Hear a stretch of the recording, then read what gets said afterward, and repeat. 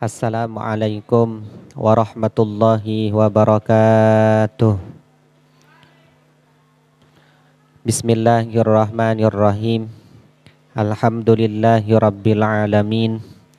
Wassalatu wassalamu ala asyrafil anbiya'i wal mursalin, Sayyidina wa habibina wa syafi'ina wa qurrati a'yunina wa tabibi qulubina Muhammadin sallallahu alaihi wasallam wa ala alihi wa ashabihi ajma'in, amma ba'du. Hadratal kurama wal fudala zawil a'izzah, para alim, para ulama yang sangat kami ta'zimi dan selalu kami harap barokahnya, para kiai, para asatid, para tokoh masyarakat, tokoh agama setempat yang kami muliakan dan yang kami hormati, para hadirin wal hadirat, khususnya jamaah Masjid Al-Falah rahimakumullah wa as'adakumullah. Pertama-tama mari kita mengucapkan syukur kepada Allah dengan kalimat tahmid alhamdulillahi rabbil alamin atas limpahan nikmat dan anugerahnya kepada kita semua, berupa nikmatul iman, nikmatul Islam, nikmat sehat wal afiyah, nikmat kesempatan dan nikmat kemauan, sehingga sore ini kita bisa berkumpul kembali, berjumpa kembali dalam satu majelis yang sangat mulia, yaitu Majlisut Ta'lim wa Ta'allum, menunggu hadirnya buka puasa. Mudah-mudahan majelis ini diridhai oleh Allah Subhanahu wa taala. Mudah-mudahan majelis ini, dengan barakah majelis ini, dosa kita semua diampuni oleh Allah. Dan melalui majelis ini mudah-mudahan Allah memberikan ilmu kepada kita semua, yang dengan ilmu itu kita tambah dekat kepada Allah Subhanahu wa taala. Sebelum kajian kita mulai, terlebih dahulu mari kita bersama-sama membaca suratul Fatihah. Kita hadiahkan kepada baginda Nabiyuna Muhammad sallallahu alaihi wasallam wa alihi wa ashabihi ajma'in. Mudah-mudahan kita semua diakui sebagai umat beliau dan mudah-mudahan mendapatkan syafaat dari beliau. Kita hadiahkan pula Fatihah kepada para alim ulama, para pengarang-pengarang kitab, khususnya kitab yang akan kita kaji pada sore ini adalah kitab Wasiyatul Mustafa. Kita hadiahkan pula kepada para masyaikh kita, para guru kita. Mudah-mudahan kita semua diakui santri beliau hingga kelak kita akan bersama beliau dalam surganya Allah. Suratul Fatihah juga kita hadiahkan kepada keluarga kita yang sudah meninggal dunia. Mudah-mudahan dengan barokah Fatihah, dengan barokah majelis ta'lim, dosa-dosa mereka diampuni oleh Allah, amal ibadah mereka diterima oleh Allah. Dan juga kita hadiahkan kepada almarhumah Ibu Ngatimah. Mudah-mudahan dengan barokah majelis ta'lim wa ta'allum, dengan barokah suratul Fatihah, dosa beliau diampuni oleh Allah, amal ibadah beliau diterima oleh Allah. Dan mudah-mudahan pula kita semua dijadikan orang-orang yang husnul khatimah. Ala hadhihi niyah wa ala kulli niyatin salihah. Al-Fatihah. A'udzu billahi minasyaitonir rajim. Bismillahirrahmanirrahim. Alhamdulillahi rabbil alamin, arrahmanir rahim, maliki yaumiddin. Iyyaka na'budu wa iyyaka nasta'in. Ihdinas shiratal mustaqim. Shiratal ladzina an'amta 'alaihim ghairil maghdubi 'alaihim waladdallin. Amin. Bismillahirrahmanirrahim. Qala al-musannifu rahimahullahu ta'ala wa nafa'ana bi'ulumihi wa bi barakatihi fid dharain, amin. Rabbi shrah li sadri wa yassir li amri wahlul 'uqdatam min lisani yafqahu qawli. Subhanaka la ilma lana illa ma 'allamtana innaka antal alimul hakim. Nawaitu ta'alluma wa ta'lim wa tadhakkura wa tadhkir wa naf'a wal intifa wal ifada wal istifadah libtigha'i mardatillah wa thawabihi wa kurbi.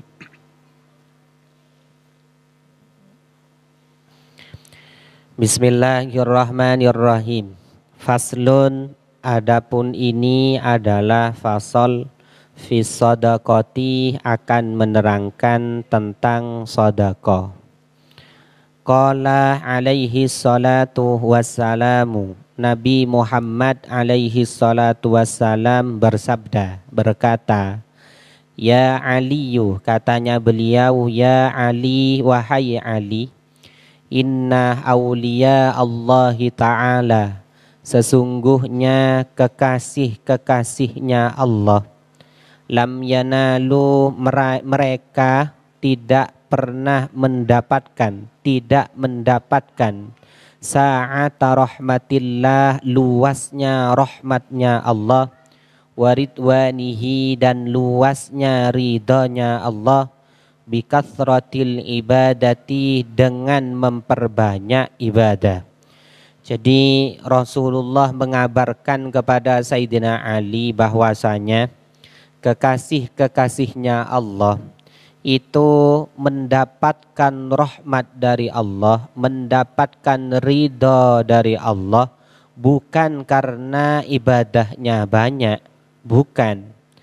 Lalu dari mana mereka mendapatkan rahmat? Dari mana mereka mendapatkan ridha? Walakinna luha, tetapi mereka mendapatkan rahmat dan ridhanya Allah bisa khawatin nafsi, dengan kedermawanan mereka, wal istihanati, dan dengan menganggap hinanya mereka, bidunya, kepada dunia. Jadi para walinya Allah itu Pak mendapatkan rahmat dari Allah, mendapatkan ridha dari Allah karena dua hal. Satu, karena dermawan, artinya tidak pelit untuk memberikan sesuatu kepada orang lain, luar biasa dermawannya. Yang kedua, karena menganggap dunia ini tidak ada apa-apanya, hina. Sehingga apapun yang mereka lakukan di dunia murni tujuan utama bukan karena dunia.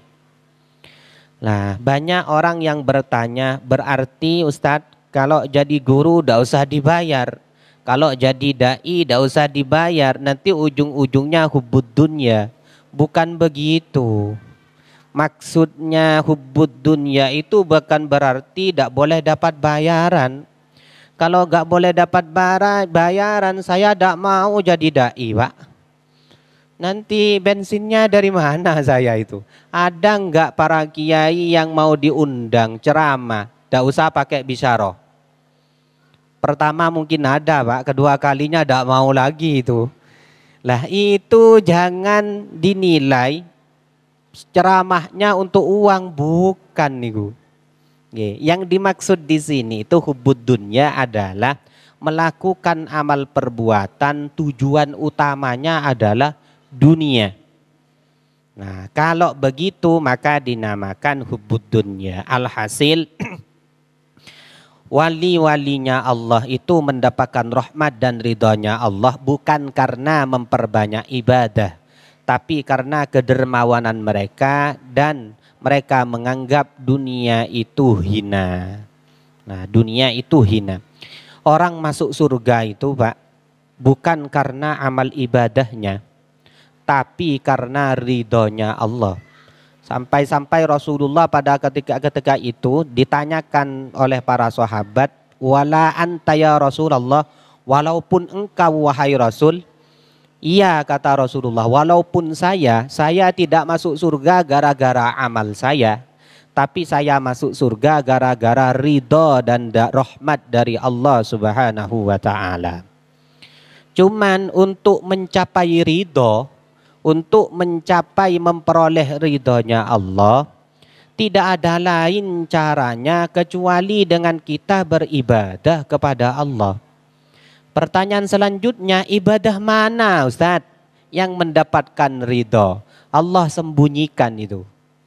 Disebutkan oleh Al-Imam Syihabuddin Al-Qulyubi dalam kitabnya An-Nawadir. Akhfa Allahu khamsata asya fi khamsati asya. Allah itu menyembunyikan 5 hal dalam 5 perkara. Ya, cuman saya sebutkan sebagian saja. Yang pertama adalah akhfa ridahu. Allah menyembunyikan ridhonya fi ta'atin, dalam satu ibadah, dalam satu ketaatan. Fi ta'atin minat ta'at, dalam satu ketaatan dari beberapa banyak ketaatan. Jadi ridhonya Allah itu ada dalam satu ibadah dari beberapa banyak ibadah yang kita lakukan. Pertanyaannya, kenapa oleh Allah disembunyikan, kok gak ditampakkan? Agar kita itu tidak pilih-pilih dalam melakukan ibadah. Agar kita melakukan semua ibadah dengan berharap salah satu dari ibadah kita ada ridho dari Allah. Masalahnya kalau umpamanya ada pengumuman, nah sekarang ini tiba-tiba malaikat Jibril datang, Pak, lalu mengabarkan ke orang-orang Al-Falah bahwa ridhonya Allah sekarang itu berada di pengajian Masjid Al-Falah sekarang. Seluruh dunia akan hadir ke sini. Kenapa? Ya karena memang mau cari ridhonya Allah. Tujuan kita hidup yaitu mencari ridhonya Allah. Soalnya kuncinya surga ya hanya ridhonya Allah, Pak. Lah ridhonya Allah itu tersembunyi di mana? Di satu ibadah dari beberapa banyak ibadah yang kita lakukan itu. Bisa jadi pengajian ini akan menjadi penyebab kita mendapatkan ridhonya Allah. Mudah-mudahan. Maka pengajian inilah yang akan mengantarkan kita ke dalam surganya Allah. Bisa jadi, Pak, yang menjadi penyebab kita mendapatkan ridhonya Allah, sedekah yang biasa kita kirim ke Masjid Al-Falah ini, walaupun hanya semangkok kolak itu. Tapi kalau itu sudah diridhoi oleh Allah, semangkok kolak itu akan menjadi penyebab kita akan masuk ke dalam surganya Allah. Walaupun remeh, tapi itu kalau sudah dapat ridhonya Allah, itu yang akan menjadi penyebab kita masuk ke dalam surganya Allah. Ada satu hikayat. Al-Imam Al-Ghazali. Siapa yang tidak kenal Imam Al-Ghazali? Imam Al-Ghazali dijuluki sebagai Hujjatul Islam. Karena memang beliau menjadi penengah antara fuqaha dan tasawuf ketika itu dengan kitabnya Ihya Ulumuddin itu. Sehingga beliau dijuluki dengan Hujjatul Islam Al-Ghazali. Imam Al-Ghazali itu salah satu santri dari beliau bermimpi bertemu dengan beliau. Jadi bertemu dengan Imam Al-Ghazali. Dalam mimpinya itu Imam Ghazali berkata kepada sang santri, "Ya gulam, wahai santri." Nah, kalau dalam kitab ya bunayya, wahai anakku. Ya bunayya, wahai anakku, aku ditanya sesuatu oleh Allah. Maka santri pun menjawab, "Madza ya Syekh?" Apa pertanyaan Allah kepada engkau wahai guru? Imam Ghazali pun cerita, Allah bertanya kepadaku. Pertanyaannya Allah kepada Imam Ghazali, "Ya Ghazali," kata Allah, "wahai Ghazali, ama ta'rif, apakah kamu ngerti, tahu kira-kira amal apa yang menyebabkanmu masuk surga dan kamu mempunyai derajat tinggi di sisiku?" Spontan Imam Ghazali langsung jawab, "Pak, sholati ya Rob, sholatku yang telah membuatku masuk surga dan aku punya derajat tinggi di sisimu." Allah menjawab, "Pak, sholatmu seumur hidupmu tidak ada yang saya ridhoi. Bukan itu yang menyebabkanmu masuk surga. Bayangkan sekelas Imam Ghazali jawabannya Allah kepada beliau demikian, Pak. Maka kita sekelas kita, solatnya kita dibandingkan solat dengan Imam Al-Ghazali jauh sekali. Maka tak pantas kalau kita sombong dengan solat kita itu. Nah, sehingga oleh Allah dikatakan solatmu seumur hidupmu Ghazali, tidak ada yang saya ridhai. Bukan itu yang menyebabkanmu masuk surga, bukan itu pula yang menyebabkanmu derajatmu tinggi di sisiku. Diam Imam Ghazali, Pak. Tiba-tiba jawab lagi, saumi ya Rabb, puasaku yang menyebabkanku masuk surga dan aku punya derajat tinggi di sisimu. Allah menjawab lagi, puasamu Ghazali seumur hidupmu tidak ada yang saya ridhoi. Bukan itu yang menyebabkanmu masuk surga dan kamu punya derajat tinggi di sisiku. Akhirnya, Pak, diam lagi Imam Ghazali. Terakhir beliau menjawab, karangan kitabku ya Rabb yang membuatku masuk surga. Di mana sampai sekarang karangan beliau hampir di seluruh pondok pesantren dikaji kitab Ihya Ulumuddin itu. Apa jawaban Allah? Karangan kitabmu tidak ada yang saya ridhoi. Akhirnya diam, Pak. Imam Ghazali diam. Allah pun menjawab, tahukah kamu Al-Ghazali, amal yang menyebabkanmu masuk surga adalah ketika kamu menulis kitabmu, saat itu ada seekor lalat masuk ke dalam tempat tintamu. Dia minum air tintamu. Engkau berhenti menulis karena kasihan kepada lalat yang lagi minum air tintamu. Engkau tunggu dia. Setelah lalat itu selesai, kenyang, minumnya sudah selesai, baru kamu lanjutkan kembali menulis kitabmu. Kebaikanmu kepada seekor lalat itu yang menyebabkanmu masuk surga dan kamu mempunyai derajat tinggi di sisiku. Ini, Pak, hanya dengan seekor lalat niku Imam Ghazali masuk surganya Allah dan beliau mempunyai derajat tinggi yang luar biasa di hadapan Allah niku. Artinya dari kisah ini dapat kita ambil pelajaran. Jangan pandang kecil dan besarnya ibadah. Walaupun kecil menurut kita, tapi kalau itu sudah diridhoi oleh Allah, maka itu yang akan menjadi penyebab kita masuk surga dan punya derajat tinggi di sisi Allah. Lah kebetulan ini yang diterangkan sedekah. Pertanyaannya, kemarin saya menerangkan puasa, ketepatan sekarang sedekah. Memang wonten hadis, Pak, dari Imam At-Tirmidzi, afdhalus sedekah, paling utamanya sedekah adalah sedekatun fi syahri Ramadan, sedekah di bulan Ramadan. Maka cocok ini fasolnya. Setelah fasol puasa dilanjut dengan fasol sedekah berdasarkan hadis Imam At-Tirmidzi niku. Dalam kitab Irsyadul Ibad ada sebuah hadis dari Abu Hurairah. Sayyidah Aisyah niku pernah satu kali membeli budak perempuan. Lah setelah budak perempuan itu dibawa ke rumah beliau, malaikat Jibril, Pak, langsung bertamu kepada Nabi Yuna Muhammad. Katanya malaikat Jibril, ya Muhammad, wahai Muhammad, keluarkan budak perempuan itu dari rumahmu. Dia tidak pantas berada di rumahmu. Nabi pun tanya kepada malaikat Jibril, limadza ya Jibril? Lah kok begitu? Kok bisa dikatakan tidak pantas? Orang itu Sayyidah Aisyah baru beli kok. Katanya malaikat Jibril, dia adalah salah satu penduduk nerakanya Allah. Tak pantas berada di rumahmu. Mau gak mau harus dikeluarkan, Pak. Akhirnya ternyata budak perempuan itu dikeluarkan oleh Rasul dan Sayyidah Aisyah. Cuman tidak diusir begitu saja. Oleh Sayyidah Aisyah diberi bekal, Pak. Ya, ini nduk, katanya Sayyidah Aisyah, ini nduk, kurma ini saya berikan kepadamu untuk bekal perjalananmu keluar dari rumah saya. Dikasih sepotong kurma, Pak. Dibawa oleh budak perempuan ini keluar dari rumahnya Sayyidah Aisyah.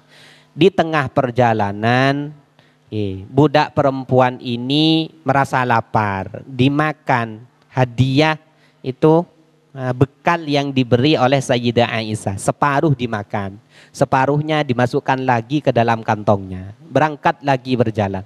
Di tengah perjalanan selanjutnya, budak perempuan ini bertemu dengan orang fakir miskin yang lagi minta makanan. Dia mengemis makanan karena belum makan, Pak.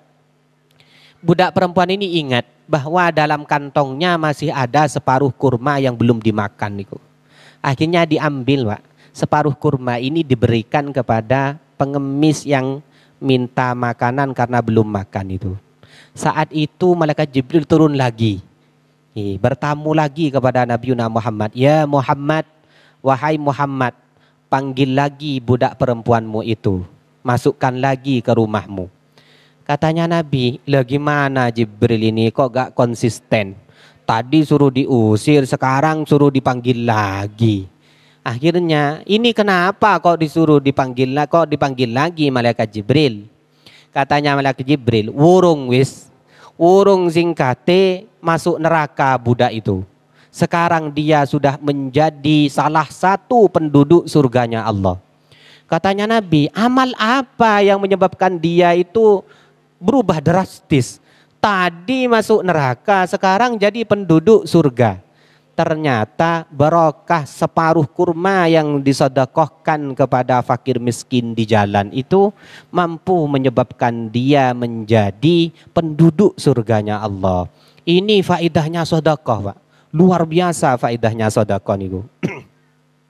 Nah, cuman sedekah niku sulit.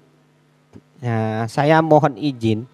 Kalau saya menerangkan kemana-mana, Ustadz, ini takut nanti waktunya tidak nyampe. Saya mohon maaf, nggih. Sedekah niku secara zahir kayak gampang, tapi mau dilakukan betul-betul sulit, Pak. Kenapa? Karena itu memang amaliyah yang paling tidak disukai oleh iblis dan bala tentaranya. Hingga oleh para ulama disebutkan, inna iblisa wa junudahu, iblis dan bala tentaranya itu lam yafrahu bisyai'in, mereka semua tidak pernah gembira atas terjadinya sesuatu seperti gembiranya mereka kepada tiga hal ini. Iblis itu, Pak, kalau melihat kita bermaksiat, gembira iblis niku. Iblis, setan dan bala tentaranya gembira niku. Tapi ada tiga hal kalau kita lakukan, iblis betul-betul gembira nih. Lompat-lompat iblis saking gembiranya nih, Pak. Apa itu? Hati-hati ini.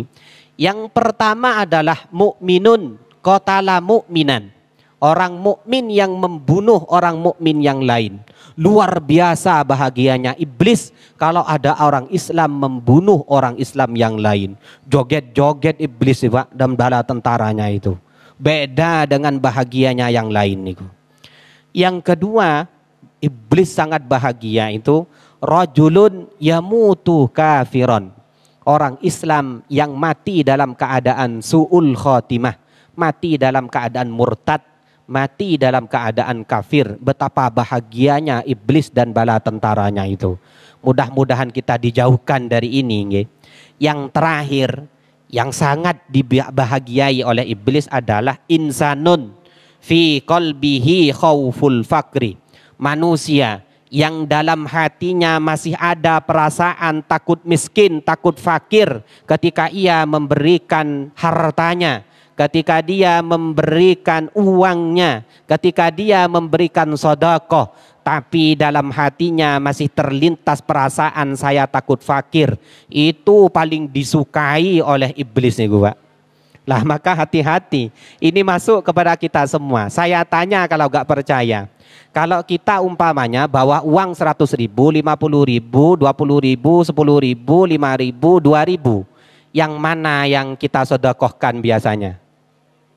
100.000 tidak mungkin, saya yakin nih, 100, yang mana, Pak? Kalau 2.000 pasti nggih. 2.000 nih, luar biasa nih, karena iblis tidak mau. Nah, hingga dikatakan, nah, anna ba'dal wu'ad, ada sebagian orang yang berpidato nih. Ini Imam Al-Jurdani yang berkata, yaqulu, beliau berkata, orang berpidato, seorang kiai berpidato, Pak.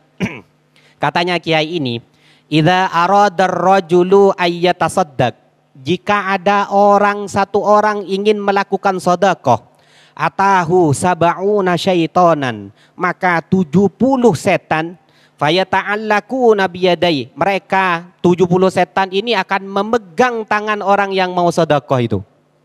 Nah, bukan hanya tangannya, Pak, warijlaihi, kakinya juga dipegang oleh 70 setan ini. Wa qalbihi, hatinya pun dipegang oleh 70 setan ini. Hingga akhirnya wurung yang mau sedekah niku. Nah, pas ketika kiai ini memberikan mauidhah, tiba-tiba, Pak, ada seseorang dari peserta yang hadir ketika itu tidak percaya, Pak. Nah, tidak percaya bahwa orang sedekah itu sulit karena tangan, kakinya, hatinya dipegang oleh 70 setan. Sehingga dia komplain, mohon maaf Kiai, masa begitu? Orang saya biasa sedekah kok. Kalau nggak percaya, setelah ini saya sedekah. Katanya Kiai itu, monggo. Nggih. Mana yang mau disedekahkan? Pulang dia. Pulang ke rumahnya, nyiapin harta yang mau disedekahkan itu, dimasukkan karung semua. Lah, pas mau keluar dari rumahnya ketemu sama istrinya, Pak. Katanya istrinya, ngapain Mas? Oh, kemarin sudah sedekah, saiki sedekah mani, tukaran akhirnya. Tukaran sampai nangis semua, nangis niku ndak jadi sedekahnya, Pak. Berangkat ini kembali lagi orang ini ke masjid. Katanya Kiai, lah kenapa kamu kok murung? Mohon maaf Kiai, benar kata sampean, cuman begini ceritanya Kiai. Ceritanya gimana? Yang 70 setan itu saya perangi semua, tak bunuh kabeh. Menang saya Kiai. Tiba-tiba datang ummunya setan Kiai, ibunya setan. Siapa ibunya setan itu? Istri saya Kiai. Akhirnya saya kalah sama ibunya setan itu. Nggak jadi saya sedekahnya. Lah saya bilang apa tadi kata Kiai ini? Lah ini cerita bukan cerita fiktif, ngapunten nggih. Ini cerita dari di kitab Jawahirul Lu'lu'iyah karyanya Imam Al-Jurdani. Lah itu bagaimana sedekah niku. Nah, sedekah itu kayaknya remeh tapi sulit dilakukan gara-gara itu. Iblis dan bala tentaranya tidak suka kalau ada orang yang mau bersedekah niku. Nah, kita lanjut dulu di kitabnya. Ya Ali, wahai Ali, as-sakhiyu, orang yang dermawan itu qaribun, sangat dekat binallah dengan Allah. Qaribun min rahmatihi, sangat dekat dengan rahmatnya. Ba'idun min azabihi, jauh dari siksanya Allah. Wal bakhilu, sebaliknya orang yang pelit dan orang yang kikir, ba'idun minallah, dia jauh dari Allah. Ba'idun min rahmatihi, jauh dari rahmatnya Allah. Qaribun min azabihi, dekat dengan siksanya Allah. Sehingga tadi sudah dijelaskan sedekah itu mampu menjadikan seseorang yang dulunya menjadi ahlun nar tiba-tiba menjadi ahlul jannah, Pak. Sebagaimana juga dikatakan dalam satu riwayat, dikatakan idza tasaddaqal mu'min, ketika ada seorang mukmin bersedekah, ista'dzanat jahannam, maka neraka jahanam itu minta izin kepada Allah. Izin apa? Antas judallah syukron ala khilasi wahidin. Dia minta izin kepada Allah untuk bersujud. Kenapa kok sujud? Sebagai bentuk syukur neraka jahanam ada satu orang dari umat Nabi Muhammad selamat dari dia. Nah, ini sedekah itu bisa jadi penepis kita dari masuk nerakanya Allah, Pak. Nah, sehingga banyak sekali hadis yang menerangkan masalah itu. Bukan hanya sebagai penyebab kita masuk surga sedekah niku. Wonten malih hadis marfu dari Abu Hurairah. Beliau berkata, Tadarakul humam wal humam bisadaqah. Jika kalian dalam keadaan berduka, jika kalian dalam keadaan susah, obatnya gampang, kata Abu Hurairah niku. Apa? Bisadaqat. Bersedekahlah kalian. Maka yakshifullahu ta'ala darrakum wa yansurukum ala aduwikum. Kalau kamu bersedekah, Allah akan membuka jalan atas kesusahanmu itu.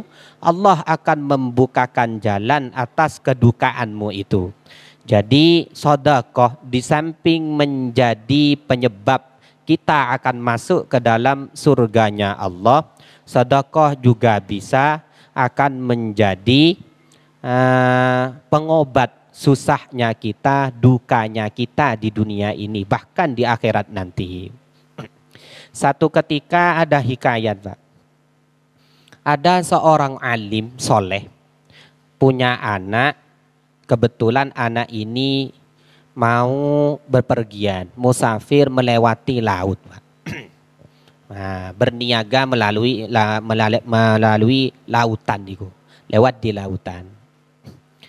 Tiba-tiba perasaannya orang ini tidak enak.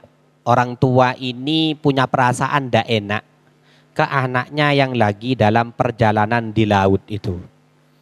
Nah, karena tidak enak, orang yang soleh ini, saya lupa apakah sahabat. Setahu saya beliau sahabat.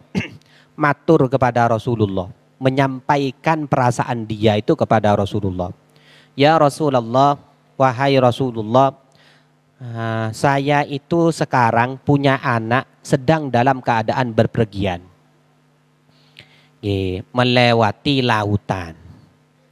Cuman perasaan saya itu sekarang ya Rasul lagi tidak enak. Perasaan saya itu khawatir anak saya itu akan terkena musibah. Karena itu ya Rasulullah, ajarkan kepadaku amaliyah yang kira-kira dengan amal itu anak saya selamat. Atau kalau tidak, saya mohon kepada Anda doakan agar anak saya itu selamat. Katanya Rasulullah, saya akan mengajarimu amalan, lakukan ini, yang insya Allah amalan ini lebih mujarab daripada doaku. Lebih mujarab daripada doaku untuk keselamatan anakmu itu. Apa ya Rasulullah? Sedekah atas nama anakmu. Sedekah, Pak. Akhirnya orang tua yang ini, yang punya perasaan tidak enak atas perjalanan anaknya itu sedekah, Pak. Diniati, ya Rob, ya Allah, sedekah ini sebagai tebusan atas musibah yang akan menimpa anak saya, atas masalah yang akan menimpa anak saya. Tolong ya Rob, saya minta tolong kepada Engkau ya Allah, dengan barokah sedekah ini saya tebus musibah anak saya itu. Tiba-tiba, Pak, anaknya datang dengan selamat, hadir ke rumahnya dengan selamat. Lah, bapak ini cerita kepada anak ini, gimana Nduk, perjalanan kamu mau pulang ke rumah itu? Alhamdulillah lancar Abi. Cuman ada yang aneh tadi Abi. Di laut itu ada yang aneh. Anehnya gimana? Lah, pada waktu di tengah laut, airnya itu ombaknya besar luar biasa. Pada saat itu perasaan saya akan tenggelam. Tiba-tiba ada suara Abi yang berkata, air laut, diam engkau. Karena musibah anak itu sudah ditebus dengan sedekah dari ayahandanya tadi.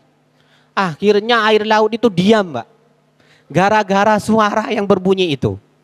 Saya jadi heran, Abi. Suara itu tiba-tiba berkata seperti itu. Lah, ini menandakan, Pak, as-sadaqatu itu daf'ul bala. Sedekah itu bisa menolak musibah, bisa menolak bala. Sehingga dianjurkan, disunnahkan kalau kita ingin berpergian sebelum berangkat sedekah dulu. Walaupun hanya 2.000 rupiah. dikasihkan kepada anak kecil, insya Allah dengan sedekah itu perjalanan kita akan selamat pulang perginya. Ini luar biasanya sedekah niku. Pantas kalau iblis itu tidak mau kita bersedekah itu. Tangan kita dipegang, kaki kita juga dipegang, hati kita juga dipegang. Karena luar biasanya sedekah.